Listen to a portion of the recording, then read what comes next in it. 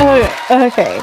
Don't mind me, guys. I'm just trying to feel the music. I mean, I changed my background music yesterday, and a lot of you were like, no, Glory, bring back the old music. We want our music. We want our music. I'm like, what is it about this music that a lot of people actually like? And okay, I see what you mean now. It's a vibe. It's a vibe. And I can't believe that I have been missing out on my own vibe. I mean, now I know what you people feel, you know, when you watch my videos and you're watching the intro and you're hearing the vibe. Now I see what you mean. I've actually been missing a lot. Anyways, how are you all doing? You are all especially welcome to another video. I saw all the love you all showered on me on my previous video where I revealed my fave, and guys, I was so amazed the way people love me. Oh my God, I am grateful.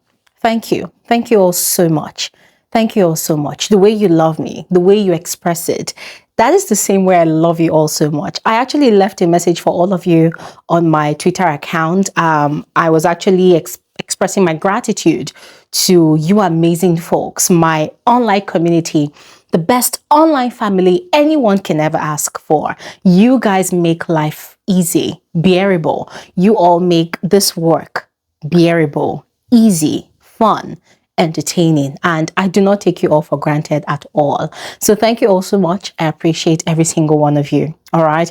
And I appreciate you all so much as well for your comments. Your comments give me so much insight into my analysis, because remember, I always tell you all, Bbnaija does not know it all. I do not know everything. I can only speak about these shows based off my observations and what applies, you know, to the show, right? But your comment, it gives me different perspectives to the conversation at hand. So I appreciate you all. I do not take you for granted. Thank you all so much. Yeah.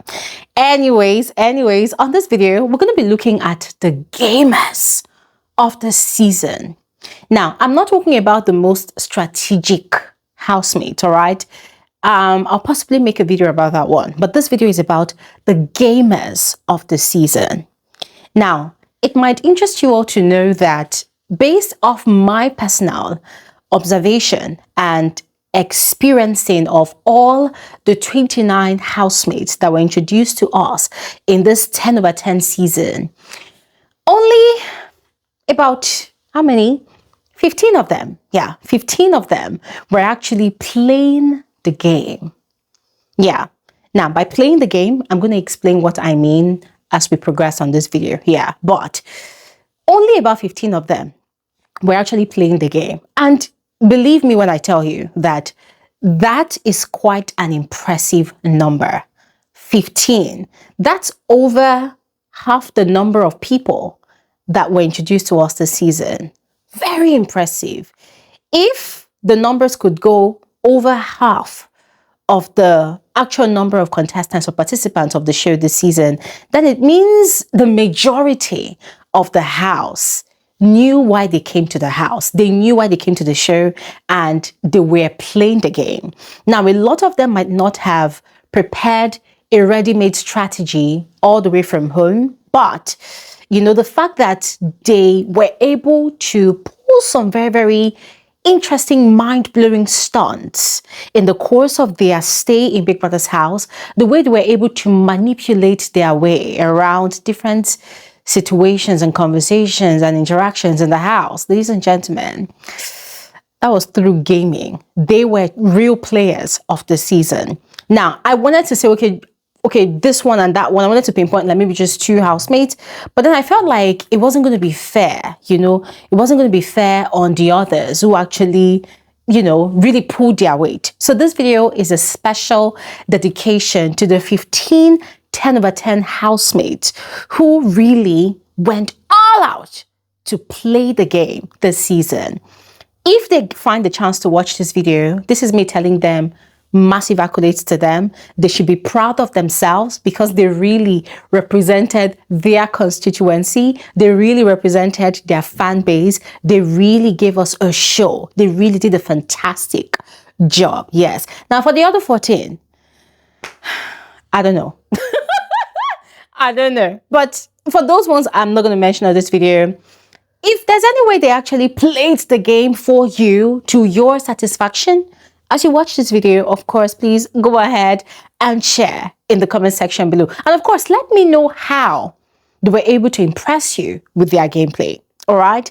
And before we get into this video, once again, special welcome to all of you. My name is Bbnaija. This is Frankly Speaking with Bbnaija, and I call myself the girl with the T. Without further ado, let's dive right into the details of this video. Okay, so the first gamer on my list, and I know that a lot of people are going to be breaking their heads over this one, but it doesn't matter, because in this community, we call a spade and not a spoon or a shovel. Yeah.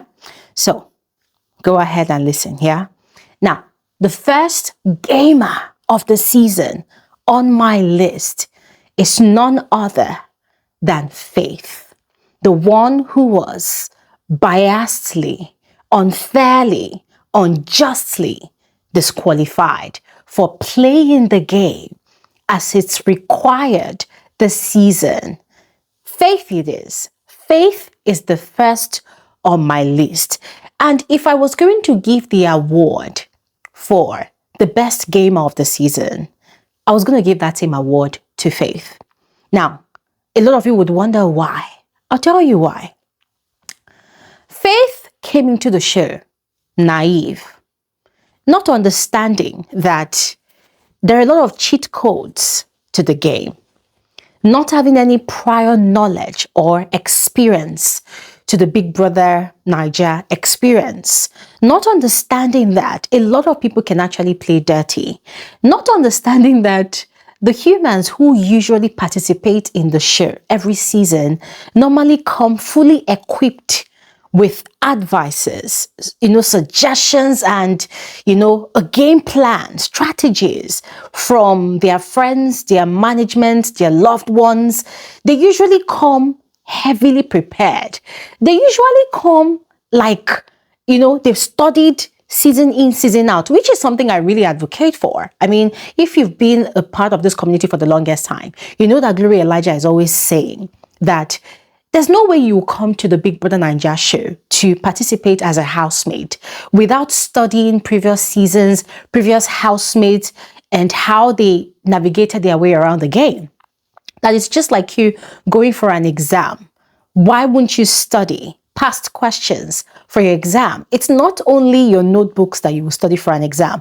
You will study past questions, past situations, to see how previous candidates were able to tackle tough questions, and to get it right. So for me, I'm a solid advocate for housemates, having prior knowledge of the show so that it will enhance their game in the long run when they want to participate in any season. Yeah. But Faith, this season, this guy came very naive. Now, there was something he said that Kola also said, that apparently was a conversation between himself and Kola where he said that he had he had checked on ChatGPT, about how to play the game or what the game is all about, because he really did not have any idea about the basics of the game. And ChatGPT had told him that, oh, this is what the game is all about. You need to be in arguments. You need to be in this. You need to be in that. You need to have a lot of fights and battles and whatnot. The people who are, villains, they tend to stay longer on the show, right? And this is just me paraphrasing. These were not his exact words, right? So aside ChatGPT knowledge, this guy did not have any solid experience of watching the show and really understanding the basics of the show. So he came into the house very naive, very, very naive, being sweet and kind and loving, attending, giving attention, showing concern to everybody, defending people here and there, especially those ones who were getting their reputation tarnished. This guy was like, it was as sweet as a dove, as meek as a lamb, as humble as they come. Very sweet human being. But then he realized that, wait, hold on a second. These people are beginning to take me for granted. These people literally want me to shrink myself because they feel like I am too intelligent. They feel like, or they possibly feel intimidated by my knowledge, by my exposure. So it started getting bullied, started getting truncated upon, started getting intimidated. Like a lot of things were happening to this guy. Now, on a normal day, some people are going to shrink instantly and begin to play the victim card, which also works on the Big Brother show, because you know that we have like a court-like viewing audience who sometimes do not use their brains. A lot of them use their emotions to judge the show, to watch the show, to even analyze situations. That is, if they even bother to analyze situations. Yeah. So Faith, instead of him to play into that popular card, that regular card of, crying his eyes out, complaining all the time, they hate me, no. Instead, he decided to turn his predicament into a show of its own. Faith Adewale literally started playing tit for tat. Yup. He studied the nature of his attackers. He studied the style, the tactics, and the antics of his contenders, his bullies. In other words, his enemies. He studied their style. And he decided that, okay, hold on a second. I'm not going to shrink. I'm going to face you head on. So what did he do? He used everything available at his disposal. He used his smartness. He used his intelligence. He used, oh my God, he used tactics. Guys, he literally started cloning their weapons. He literally cloned their attacks and dished it back to them. The only thing he did not do was, he did not overreact or go crazy the way they were going crazy on him. Instead, after cloning their attacks and throwing it back to them, he would stand and smile and watch them go crazy. Brilliant. Fantastic. Ladies and gentlemen, my favorite thing about Faith Adewale, the way he played the game, the way he navigated his way around the games, the complexities of the house, all the conflicts that were etched upon him. It was the fact that after retaliating, he would stand there and smile whilst watching the opponents crash out to dust. And it was because of that that a lot of people thought that Faith was the problem. It was because of that that a lot of people thought that Faith was the villain of the season. It was only paying them back with their favor. Yeah, the energy they dish out to him, he would generously dish back to them with just a sprinkle of generosity there. And a lot of people who did not understand the game of tit for tat, they thought that he was the villain. They thought that he was the one that was always starting up things, that was the instigator, basically. So, Faith Adewale, if you can see this video right now, wherever you are, I want you to know that you were the best gamer of the season. Your game has never before been seen anywhere, ever, in the history of Big Brother Naija. Your game was fresh. Your game was captivating. Your game was immersive. Your game was enthralling. Your game was rich. Your game was redefined. Your game was, oh my God, it was a breath of fresh air. Glory Elijah, as an analyst of the show, has never ever seen anything like it before. And for that, sir, I doff my hat for you. I would have removed my wig for you, but let's not go too far. Let's not go too far. Let's maintain beauty and class and poise. Yeah. So ladies and gentlemen, that is that about Faith. If you agree or disagree, still let me know your thoughts in the comment section below. Now, the second gamer of the season, for me, personally, was Dede Dede. Yep, Dede Dede. Now, a lot of you will argue that, well, Dede did not hold it down till the end. It doesn't matter. Dede Dede was another player this season that came with a fresh script. Never, ever been seen before. Never, ever been experienced before. It was refreshing. It's kept her name on our lips for 5 good weeks straight. Like when I say 5 good weeks, every single day, it kept Dede Dede's name on our lips to the point that the entire house, with the exception of a few, wanted to humble her. They did not like her. They did not like her audacity. They did not like the fact that she chose to be different, that she chose to stand out. The same sentiment was actually expressed outside. I remember we had a live stream where I kept on asking this question, that why does everybody want to humble Dede Dede? Why? What did she do? What is it? What is it? Is it a crime to dare to be different? Everybody wanted to humble Dede Dede.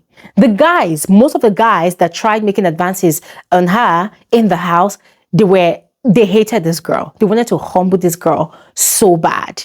On the outside, people had very, very stinking insecurities. They so badly wanted to humble this girl because for them, how dare she? You see those women that are male-centered, those women who carry men on their head like that is the biggest achievement of their lives. Those women who were easy catch, right? Who were an easy catch. Those women who a man did not even need to chase at all. A man just went to them, open your leg, bah, they opened their leg. Oh yeah, marry me, bah, they married. You see those kind of women? They hated Dede Dede. And then those men who find it very easy to conquer any type of woman that they want. The fact that they could see clearly on live TV that, oh, there's still hope for the female gender, that there are still some women that you cannot easily conquer. The fact that Dede Dede was a representation of that. They hated this girl to the core. There's no type of essay they did not write about this girl. Talking about how she thinks she's better than everybody. Oh, she thinks that she's the best thing before fried rice. There was nothing they did not say about Dede Dede. But for me, the most important thing that I picked out of it was the fact that she did not have to do anything. All she had to do was stick to her script.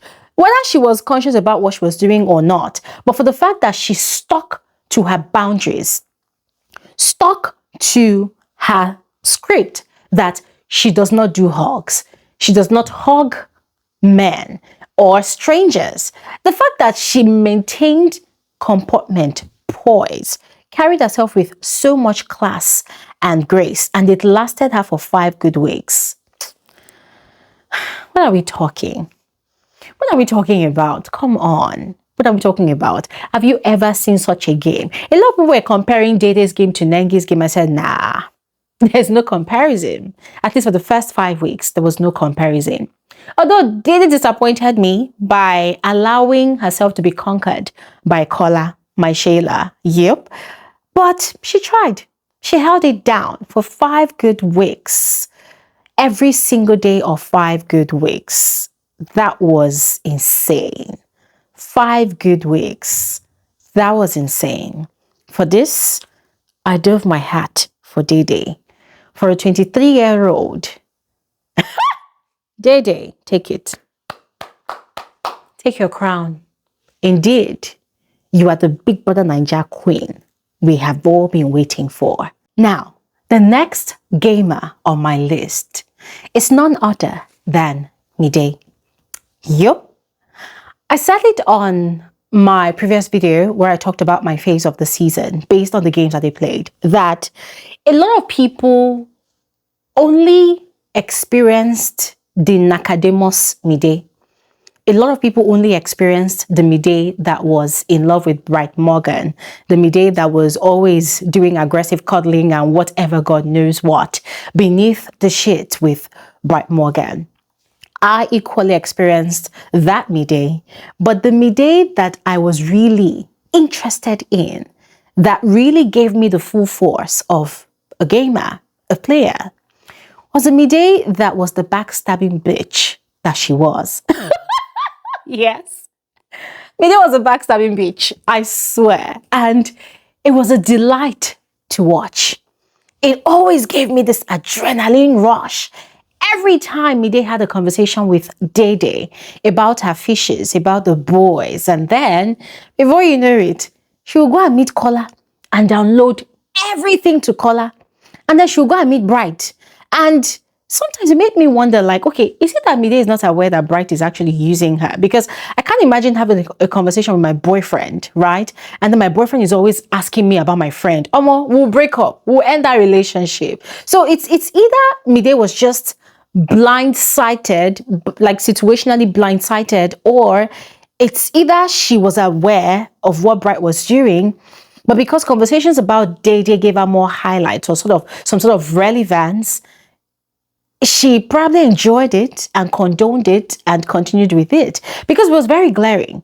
Every time Bright Morgan and Mide were having a conversation, the next thing, Bright would just ask about Dede and Dede Nko, what about Dede? Every damn time. Both of them might even be planning that, okay, after this pool party now, we'll go and shag in the bathroom. Before you know it, Bright will ask about Dede and what about Dede? I'm like, at this point, Bright Morgan, do you want a threesome? Do you want a threesome? Because, hey, Dede was like the life in every single conversation that Mide and Bright were having. But Mide was still there. And there's this thing that she always does. Every time she's talking to either Bright or Kola about Dede, sometimes she will talk about Dede maliciously. And then so that it doesn't look like she's a terrible friend to the viewers, she will now start playing devil's advocate. English. She will then begin to play devil's advocate on Dede's behalf, making it look like she's actually defending Dede. But still in that conversation, she is tearing Dede down to shreds, even giving Kola more ammunitions on how to conquer Dede. Sometimes even lying about things that Dede did not say or even feel. She even made it look like she was the one that monitors Dede's feelings. So every time she'll go and tell Kola that don't mind her, she doesn't give off expressions, but deep down, I know that she likes you. I know that she's feeling you. Just continue doing what you are doing. You don't need friends like me in your life, because they will sell you off. But that's just by the way, ladies and gentlemen, at the end of the day, it was all a game, right? It was all a competition and games had to be played. And Mide, even though it looked kind of nasty and dirty and evil, but Mide played the role of that friend that you really trust with your life. And then just to stay ahead in the game, she would backstab you multiple times. And even if your back has completely shredded off with blood gushing out, she's not satisfied until she has been able to bury your corpse to the ground. A backstabbing bitch for real. That was the script that Mide played. And she played it gracefully. If you did not pay attention, you wouldn't have noticed it. Sometimes it was very obvious. Other times, she was able to hide it. Yeah. So yeah, Mide was another very great gamer for me. Now, another very amazing gamer for me was Bright Morgan. I mean, Bright Morgan and Mide, put them in the same class. They are fantastic players. It still amazes me how Bright Morgan carried 2 strikes, hanging on the thread of 1 more strike to go to be disqualified from the game. It still amazes me how he carried his baggage through to week 8. This guy was no longer shouting. This guy was no longer making noise. Instead, he became the puppet master, puppeteering his way to the top by stringing the emotions and the minds of both Mide and Kola. Now, Kola and Mide, very smart people and also very intelligent. They knew how to play their own game. They knew what they were doing. But the one thing they did not really clock was how Bright Morgan was actually stringing them along, using them as the major pawns in his game to deal with Dede, to humble Dede. Bright Morgan was a mind games master. The guy knew how to manipulate Mide very well. And he knew that Mide was in love with him. So he used that to his advantage. For that, Baba, you try. Now, next on my list is Kola. Come on. There's no way I'm going to make a list of gamers I will not mention Kola. Everything you need to know about Kola, I already said on my previous video, but just for the sake of those who missed it, I'm just going to summarize it. Kola made himself relevant by himself. He planted himself in every situation that carried Dede's name. Kola was quick to recognize that Dede would have been buzzing on the outside. He was quick to recognize that Dede was trending, very relevant. So he ensured that he stayed glued to Dede's side. Kola was present the entire season. And not just even about Dede, he also recognized that Imisi was another housemate that would be trending on the outside. So what did he do? He formulated this, I'm sorry, but for me, it's fake. This fake siblingship relationship, and stayed glued to her side. And, every time my sister, my sibling, person when they do sibling, he was asking for a kiss. He asked for Imisi to kiss him 3 times. I hope you all have not forgotten. But anyways, that's on the side. But for me, I just found it very impressive that Kola would gossip, would do media rounds, would talk and yap, even manipulate. In fact, this guy used all the sick psychological games anybody can ever think of. He was gaslighting everyone in the house, as well as the viewers. He was manipulating conversations, manipulating viewers' opinions about him. And he was really good about it. The guy was playing the game of mental fuckery. Yeah. Mental fuckery, and was really good at it. So a lot of people would look at Kola and think that Kola was chasing after a sheep with Dede, but in the actual sense, Kola did not need to be in a ship with Dede. I kid you not. That was not the goal. For Kola, it was not about being in a ship with Dede. The very first night that the guys were introduced to the house, where Kola had said to Sultana and I think Otega, there was one of that, okay, Bobo, when he had said to them that he does not enjoy peaceful relationships, that the kind of relationships he likes are those ones where they get to quarrel a lot, that most of the time in his relationships, if everything is too peaceful, he would he will stir shit up just so that they quarrel, so that afterwards, they will have this steamy, passionate sex. Yes. He said that's the kind of relationship he likes. Yeah. So the moment he said that, I said, oh, wow, this guy. No wonder this guy enjoys picking a fight with Dede all the damn time. And of course, most of Kola's frustrations in the house came from the fact that Dede is not the type of person that will go head on with you in a fight. She never ever gives off that energy. She would never entertain it. She would never give you that energy. So it frustrated Kola a lot because every time he tried to stir the pot with Dede, Dede was not even interested in fighting. So what would he do? Instead, he would create an avenue for him to rant. Yes, and those were the media rounds he was doing around the house. So I need everybody to know, now that the show is over, that Kola never really liked Dede to the point of wanting to be in a ship with Dede because it was going to be boring. Shipping in Big Brother's house is extremely boring because what are you going to be doing with the person? You're going to be shagging and kissing and it's exhausting and boring. And Kola does not do boring. Kola likes spicy, pepper snare type of nonsensical, destructive, toxic type of relationship. That is what, that's his freak on. So for Kola, a game player, indeed. A great one at that. I'm going to start rushing this video at this point because I just noticed that I have been speaking for a while now and I am not even halfway through my list, all right? So pardon me if I do not spend too much time on the remaining housemates, all right? I just need to finish this video before it gets to an hour long, okay? Now, the next game of the season is Imisi. Everything I need to say about Imisi, I already said on my previous video where I talked about my faves. Yes, I mentioned her as one of my faves of the season because of the games she played, yeah? But I'm just going to quickly summarize.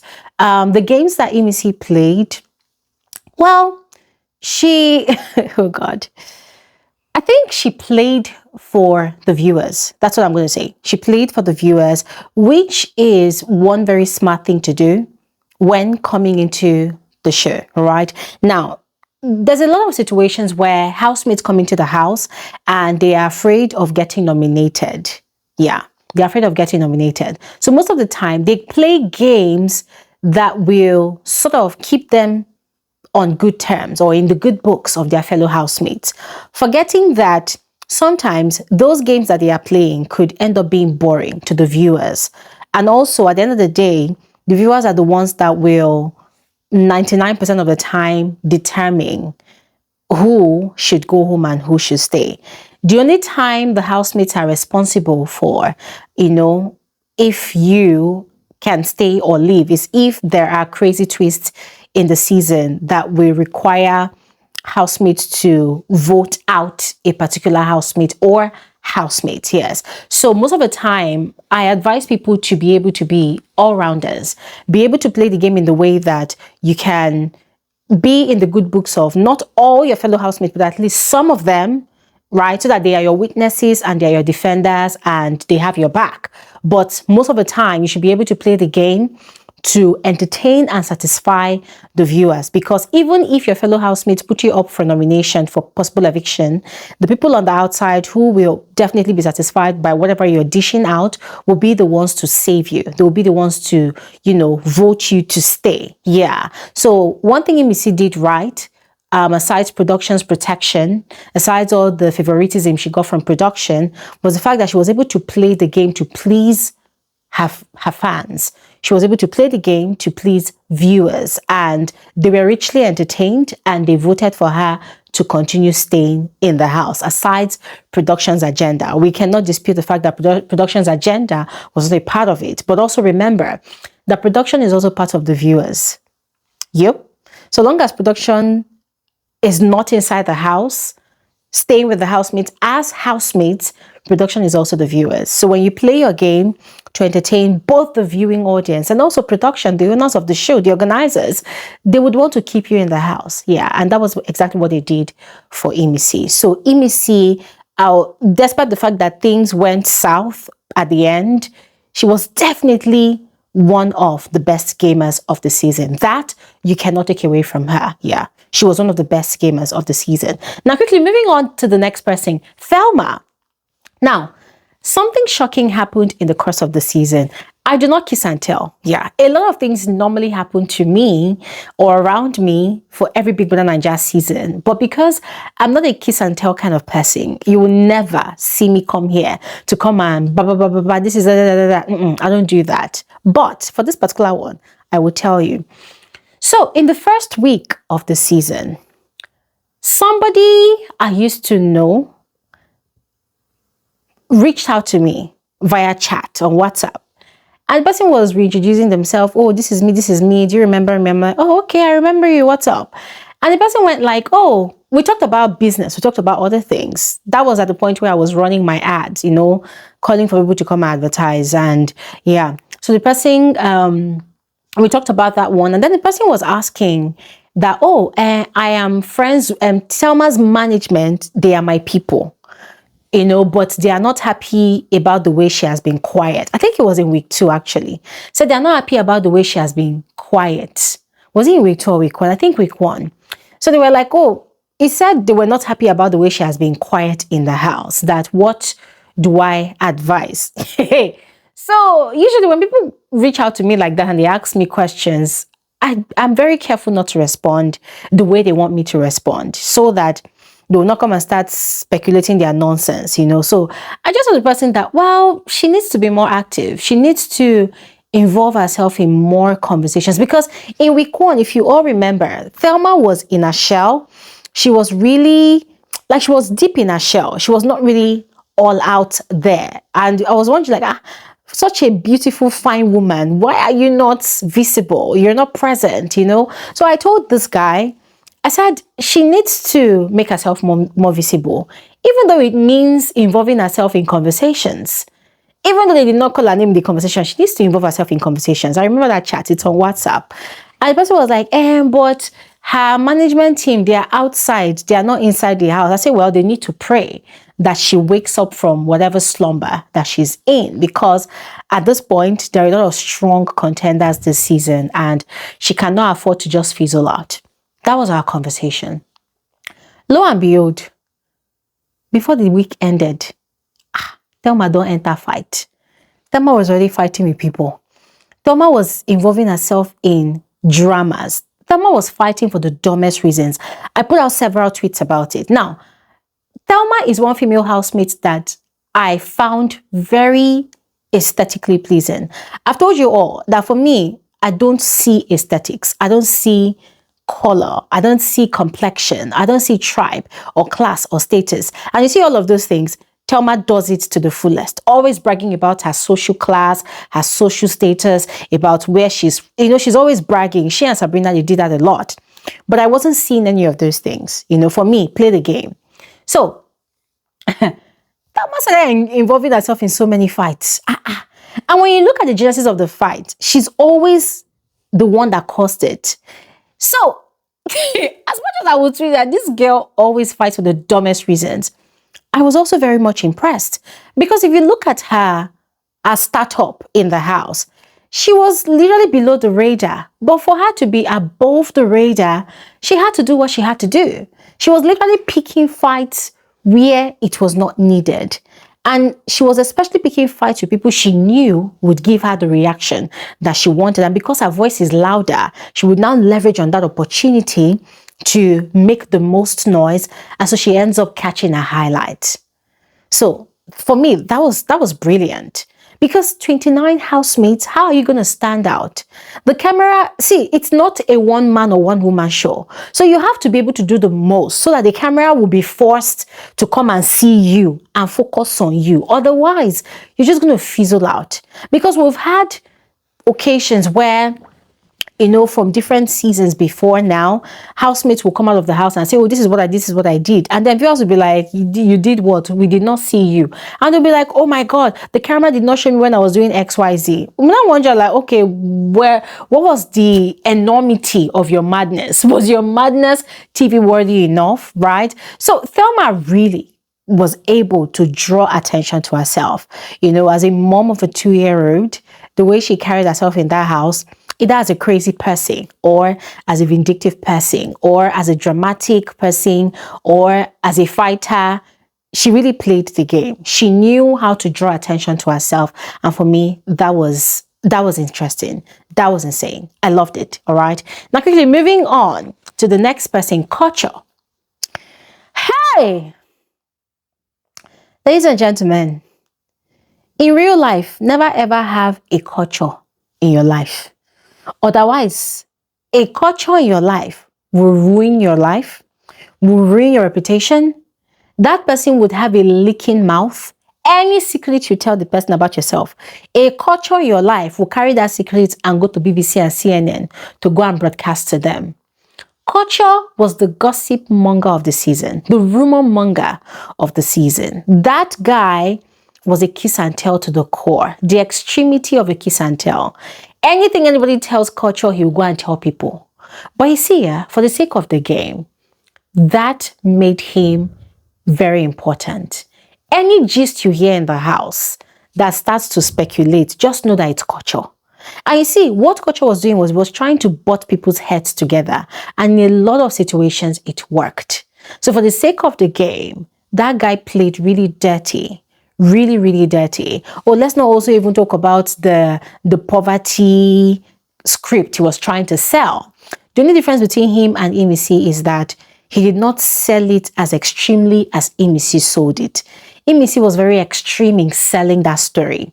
Culture was not extreme enough, It's not enough to tell people that you are from Ajegunle. No, you have to really act like an Ajegunle person. You have to really be gutter and ghetto to the list. So Culture was not able to pull it off as much as Imisi was able to pull it off. If not, both of them, they had a similar script they came to sell this season. So for that, Culture was one of the best gamers of the season. Next gamer of the season for me was Ruboy. Yup. Now, it wasn't because he was loud and noisy. It wasn't because he was very argumentative, no.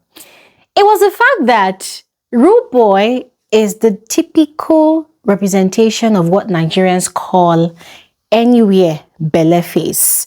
In other words, Rude Boy had no loyalties to anybody in that house. Rude Boy was only loyal to himself. Rude Boy was ready to throw anybody under the bus to get ahead in the game. And for the sake of the game, I did not blame him for it. Rude Boy was a kiss and tell. Rude Boy was a backstabber. Rude Boy was a betrayer, yes. And Rude Boy is the type of person, or rather, he played the game. And Rude Boy played the type of game which saw him turning a blind eye to injustice. Very conveniently. Why? Because for him, he understood that he doesn't know these people. Even the ones he used to call Omo Iyami, my mother's son or my mother's child. For him, at the end of the day, it's one person that's going to win the money. So for him, he would betray you if it was needed. He did it to Culture. He did it to Jason J. People that were calling themselves brother, my sibling. He did it to them. Yeah. And as I said, Rude Boy will turn a blind eye to injustice and unfairness and even add fuel to the fire of that injustice just because he did not want to offend certain people. And when it was convenient, those people it would look like he was actually defending, he would also betray them. He would also fight with them. So Rude Boy was also a typical definition of I am for everybody, but I am for nobody. And that brought him longevity in the game. He was able to make it look like he was neutral. He was able to make it look like he does not buy people's fight or inherit people's beef or grudges or grievances in the house. And that really helped him to build some level of trust amongst the housemates. Some housemates trusted him because he was using his loudness, his noise, to shield that cunningness that he carried. For me, that is the characteristics of a true gamer on the Big Brother show. Next gamer of the season for me was Gigi Jasmine. Yes. It's been a while I mentioned her name. Oh my God. Her name sounds so alien in my mouth. Like, yeah. Her name sounds very strange on my tongue. Don't tell. But anyways, Gigi Jasmine, listen, if there's one thing I must give to her, is the fact that she went into the house with a well of tears. It felt like the well was never ever going to dry up. Always crying during her diary session. Any situation in the house, she had issues with Victory or is it someone else, she will cry. Madam emotional. Madam very, very sensitive. It was exhausting, but it worked for a while. Yep, it worked for a while. She was able to invest in the emotional banks of the gullible viewers, like the people that were very gullible to her tears. You know, there's that group of viewers who enjoy it when people cry a lot. They say, oh my God, they're very vulnerable. They're in tune with their emotions. Oh my God. She was able to invest in those people's emotional banks. And she was very manipulative. And the way she was doing it, she did it with such expertise. You see, that was a situation with Victory. Oh my goodness. Victory was no saint. Victory was also playing her, but she was equally playing Victory. Like she was playing Victory. The only difference is that it did not go away. And so both of them, they got evicted, and people blamed Victory more than they blamed her, also because she is female. So she had gender power. Victory had no gender power. Victory is a man. A lot of people hate men who play women, but a lot of people don't necessarily hate women who play men. So yeah, she was also a gamer. Maybe not at the upper echelon, but she was a gamer. She was very intentional about the game she was playing. Always coming to the diary room prepared for the waterworks, you know, prepared to cry, prepared to wet the whole floor, finish Big Brother's tissue, sniffing, and, you know, and Big Brother too will come and be playing emotional support. I beg, the big brother of this season, eh? Yeah, they smell. But anyways, she was really a gamer. Now, quickly on to the next one. Coin. I would, in fact, Coin should have been the person I spoke about last, but since I've mentioned his name, let me just talk about him. Coin did not play an impressive game to me. Yeah. I felt like Coin already prepared his hype team on the outside, so they were busy hyping up. You see a lot of Twitter users whom obviously have been paid to promote him. So they were really sexualizing the boy, and it was quite irritating. Yeah. So I tried as much as possible to block out the noise on the outside and focus on what he was actually delivering on the inside. And aside arena games, aside, you know, being very fast and active most of the time and always singing word for word every song, which in my personal opinion is not an achievement. I'm sorry. A lot of people felt like, oh my God, Starboy, that's an achievement. I'm sorry. In the Big Brother show, it's not an achievement. Being able to sing songs word for word. You did not go to your house to go and do karaoke. I'm sorry. So it was not impressive to me. So scratch that. I was not looking at that. But what I was really paying attention to was the way he stuck to Dede. He knew that Dede had clout. So you see that thing about keeping your enemies closer, right? The fact that he was able to play it up to the later part of the season, I give that to him. I give it to him for the fact that he did not pick offense at things that could have possibly broken his friendship with Dede, or let's say that fake friendship he had with Dede. Yeah. He stayed true to his purpose, his mission of staying close to her. But it was quite disappointing because at the end of it all, I did not see the reason why he was with her. So Coin had no game. That's just a fact. Coin had no game, but it was the way he was able to do it. It made it look like he had game, right? And he was quite intentional about it. I'm not going to give attention to the thing he had with Isabella. It was really tacky. It did not make sense to me. It was just very tacky. It seemed desperate, right? It seemed like, oh, he was desperate for longevity in the game. So he just had to hop on one very ridiculously tacky ship. So it did not make sense to me. So I'm not even going to focus on that one. But you see that so-called friendship he had with Dede, right? The intentionality behind it, not paying attention to the fish tag, not paying attention to the lapdog tag. It was quite impressive the way he stayed on, even though both of them knew that they were using each other. You know, that emotional intelligence he had to stay in that situation. For me, that was very intentional game. And for that, I call him a gamer as well. Yeah. Next gamer of the season for me is, pains me to mention his name, but it has to be mentioned. Menson. Yep. Take it or leave it, whether we like it or yes. Yeah, Menson. He played this game. Another crier of the season. Another pity vote seeker of the season. As a matter of fact, that was his game. You know, now it wasn't the fact that he was crying, right? But it was the fact that he stayed consistent. Every single diary session within the week or on a Sunday, you know, pre-eviction diary session, Menson would always look for a reason to cry. That guy used his mother to seek pity votes. Chai! At some point, I started feeling sorry for the mom because the guy, at some point, it felt like the guy was hanging his dirty linen in public. A lot of people, what Ebuka described him to be very, is it emotional or what? I'm like, nah. Sometimes it was nasty, right?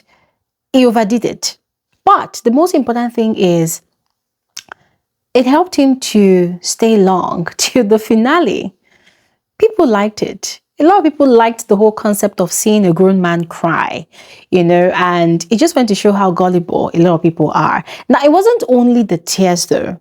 I mean, from the start of the season, aside the very lengthy diary sessions with the unnecessary tears and forced tears, fake tears most of the time, you know, the fact that he was also very vocal, you know, always engaging in fights. People like people who engage in fights a lot. You know, they say those are people that are giving content, yeah. So he gave the kind of toxic content that a lot of viewers wanted to see. and of course the tears as well. And he was very intentional about it. So for me, it was all about the intentionality of it and staying consistent in what he was doing. And that really showed that he was really playing the game. The guy was a backstabbing friend, yes, to Faith. If Faith is still friends with Mensah until now, he better be watching his back at every given point in time. Game or no game, or reality or not. Yep. So yeah, Mensah made it to my list because why not? He played the game. Now next was Victory. Oh my goodness. I should have mentioned Victory alongside Gigi Jasmine, but nah. But still, Victory was a very good gamer. And the kind of game that Victory played, it's not the kind of game that the Nigerian viewers or the African viewers are used to, right?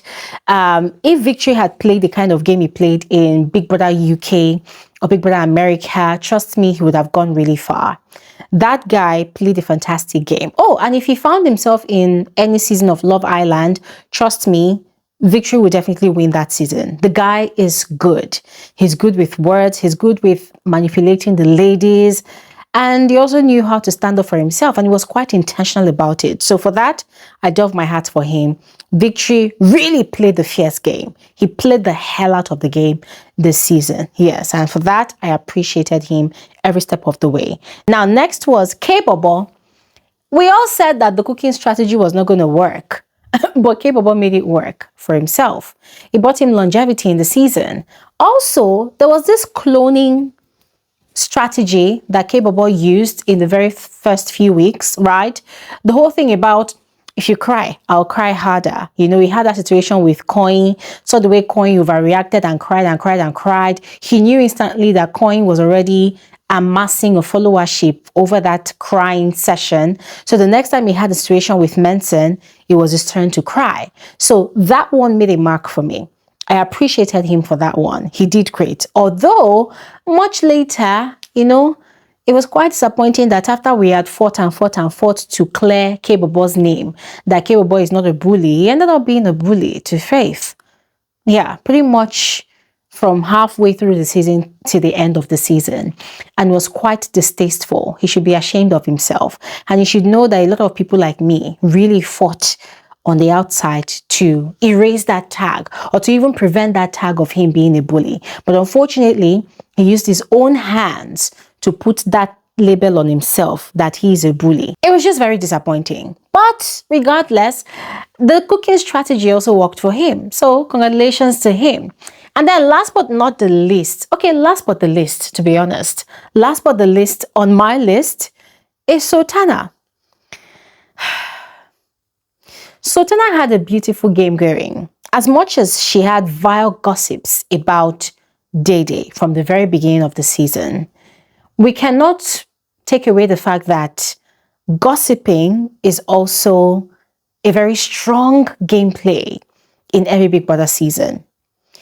If you are a very intentional, like a strong, solid, intentional gossip in Big Brother's house, it means you are the news carrier. It means you're the one telling the viewers things that the cameras did not show them.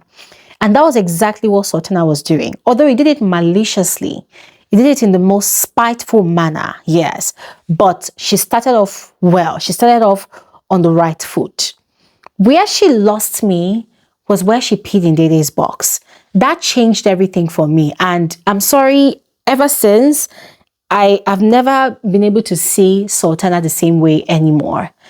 It just, every time I see Sultana now, even if on social media, I see her picture, it's like I have a flashback to that whole peeing situation, and it's not a good sight, you know, so sometimes I just have to scroll through quickly, you know, but it just tainted my impression of her. That was a very vile thing to do, right? It was a very vile thing to do.